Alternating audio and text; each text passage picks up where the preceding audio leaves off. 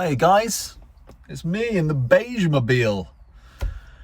I'm back in the Range Rover Classic and I am going to tell you about my sound system in my Range Rover because none of it is original. Actually, that's a lie. The wiring is original, as in the speaker wires. I use the original speaker wires, but everything else has been completely replaced. Every single speaker, subwoofer, actually partly a lie because I still use the subwoofer casing. But yeah, anyway, I'm going to show you all of this. I'm going to show you what I've created because I put a lot of time and effort into researching exactly what speakers to use, what head unit to use, what subwoofer speaker to use, and what would work not only together but also would work in the holes that we've got in the Classic. Now, the first thing I'll say, and you've probably seen over my shoulder here, is that is not original. Well, to upgrade the speakers by one size or two sizes in the headliner, I had to, they wouldn't fit in the original holes and the mounts that were there. So I bought these plastic pods that bring the speakers out, as you can see, and then I sort of like cut the back of them to the headliner. Now I know that's not for everyone, so they're actually not that important, those roof speakers. So you don't have to do that. I'm sure you could just put smaller speakers in and they'd be fine. But I just went a bit nuts there. And I don't actually like the look of them, but I'll get used to it. Anyway, let's start at the front. I'll show you what I have added. So to kick things off, we've got the head unit. Well, this is a Blaupunkt. Let me zoom. Whoa, that was a loss of zoom. Hang on, let's come back out of there. A Blaupunkt Bremen SQR46 DAB. Now this is like full bells and whistles kind of job, right?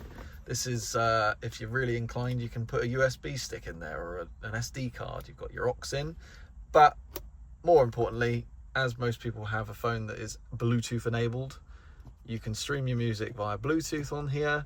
You've got DAB. DAB's really fantastic. I put the DAB, oh, there's me, hello.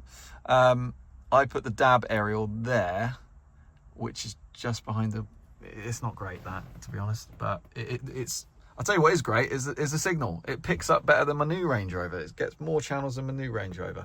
But yeah, really good head unit that. Bit expensive, I'll be honest, that is a bit expensive, but yeah, it's very good. You could probably get a cheaper option. My friend's got one of the cheaper models in his Lotus Esprit and it's fine.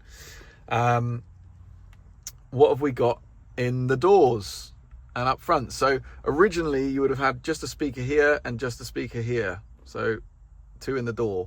I have added a tweeter onto the A pillar over there. Let's zoom in on that baby, which again, I don't know whether I like the look of that, to be honest, but I do get used to it. And it's not that offensive when you're sat back here driving along, you don't notice them. Although now I'm really noticing them. Anyway, we'll ignore that. So the tweeters came as part of a kit with the MB Quartz mids here. They weren't too expensive. I think they actually came from America, those, but anyway, they're pretty good. You're not going to get massive bass out of them, but it's nice, super clear sort of tones from the top. And then the door woofers, these are actually phenomenal speakers. These are Hertz. I know it says focal on the grate, the mesh do flip, but that's just a focal cover because they didn't come with any covers. They're really good. They're just bassy boobers. Now all of these front speakers are run off of a Pioneer amp, which is situated underneath the subwoofer in the boot with another amp on top. So I'm running two amps. I've got, how many speakers have I got? 2, 4, 6, 8 plus a subwoofer. So I got 9 speakers running on 2 amps. Okay, so bear that in mind. The head unit doesn't run any speakers. The only thing I use the head unit for is obviously music. But running that music from just out as 2 signal wires, a left and right channel, out to an equalizer in the back. Now the equalizer is the key thing. Let me show you why. All right. So before I show you in the back of the car, I am going to tell you a little bit about why I have done what I have done. If you just if you just buy speakers in any car, let's forget about Range Rover Classics, but in any car, if you just buy speakers and upgrade your speakers and, you know, add amps, and you don't have any form of EQ in the car, often the sound's going to be pretty weird. You know, you're going to be very lucky if that ends up sounding good just by doing that. And the reason for that is because whatever speakers you buy are always going to have their own sort of signature sound, their own sort of footprint in terms of the sound that they reproduce. And so when you start mix and matching different speakers, you can have a very unusual sound between everything. And also the other thing that you have with cars is, because it's a cabin, often what you get is you get lots of reflected sounds that can cause certain resonances and weird frequencies just to pop out and be very loud. So yeah, like for example, when I put everything in this and I was just ran the first testing, it was super shrill, like the tweeters, and the top end was like piercing my ears, and I thought, I can't listen to that. So good job I had the EQ in there, because it means I could go in and cut certain frequencies, like in that top end, like 1,000 hertz or whatever it was, 10,000 hertz. You just kill that frequency, well, not completely turn it off, but bring it down, and you can level out the frequencies so that everything's sounding pretty smooth and balanced. So yeah, that's the main. Whatever items you use when you upgrade your sound system in your car, always get some form of customizable EQ, whether you do it digitally through the amp somehow, some fandango thing, or you just buy a physical one like I did. I don't think they're expensive. I'll obviously put it in the description how expensive it was, but it's so worth it because you need to play around. It took me a while. Once I'd created all the hardware, linked everything up, I knew by the size of the speakers and what I'd bought and the quality of the speakers that this is going to sound pretty good and it's going to be sounding balanced. But it still took a lot of messing around with the EQ to get everything to work right and sit right. So yeah, can't recommend that enough. I'm going to show you this now, what I'm talking about. So we may need to evict Alfred because he's kind of in the way, but he does look regal, doesn't he? There you, Alf. You going to look for some birdies, squirrels or something? You going to go? Nah, he is locked into that position. Well, okay, we'll come into the back seats for a minute. Let's have a look at these ones. So these are focals. These actually came as components. So these came like this and then with a separate tweeter, which I didn't mount because it was sounding pretty tweety in here before. Yeah, once I'd already installed those. So if I was going to get the tweeters, hang on, let me get this camera. It's like a grate on my gears. I would maybe mount them in there like flush tweeters. They're only small, so, but yeah, don't need them. So I forgot that idea. Now, Alf, you're kind of in the way there, buddy. We're going to move you up. Okay, let me pause this. Hang on. All right, so we have, hey, buddy, like that. Let's take this baby off here. We've got some things that we don't need there. Put those there, Alfredo. Okay. Come on, mind your butt. There we go. There we go. Let's get rid of this. Let's get rid of this. Oh, no, just put it down here. Right, Alfredo, I'm going to have to come in here now. You go, good boy. So, there it is. Subwoofer casing, original, with an upgraded speaker inside. And then I've got the EQ on top. And under here, I've got 2 amps. Oh yeah, let me zoom you in closer right now. So here is the subwoof. The woof woof. Woof woof, Alfred? No, he's like, please stop talking to me. Yes, so you want to unbolt this baby out of the machine. Take it out. It's literally a few bolts. Oh, Alfred's huffing at me. A few bolts, take that out, and then split it apart, unscrew it all the way around, take the top off, take the subwoofer speaker out. It's diagonally mounted vertical speaker. Take that out, throw it over the hedge. Well, you need the speaker removed actually from the slotter, what it's mounted in. Keep the slot. And then with that is you want to mount your new speaker inside of it, into it.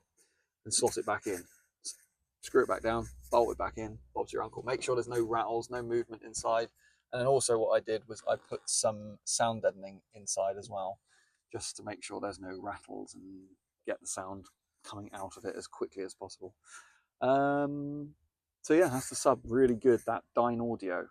I'll put a link in the whatchamacallit. This is the EQ. This is very important. So it takes your single left and right output from the head unit, takes it in, you can edit the frequencies depending on what you need and what you want, what you don't want.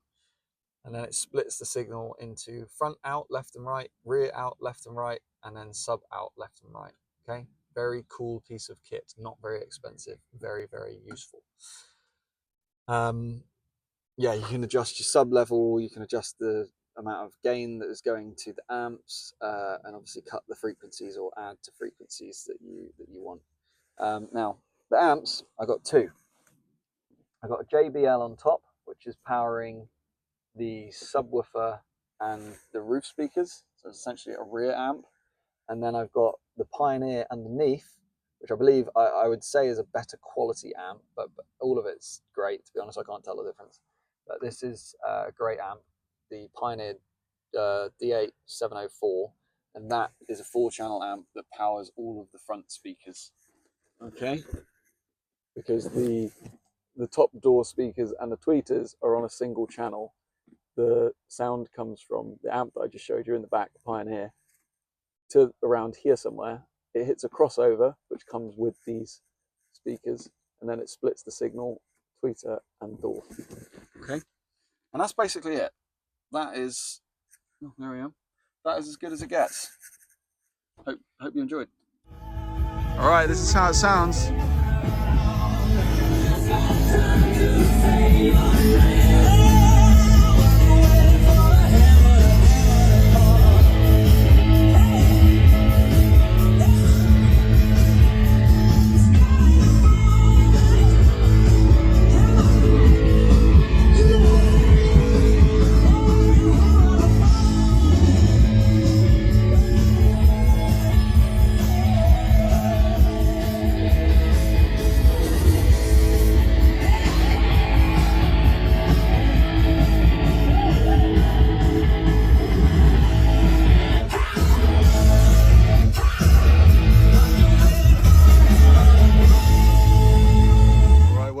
What about a bit of jazz, guys?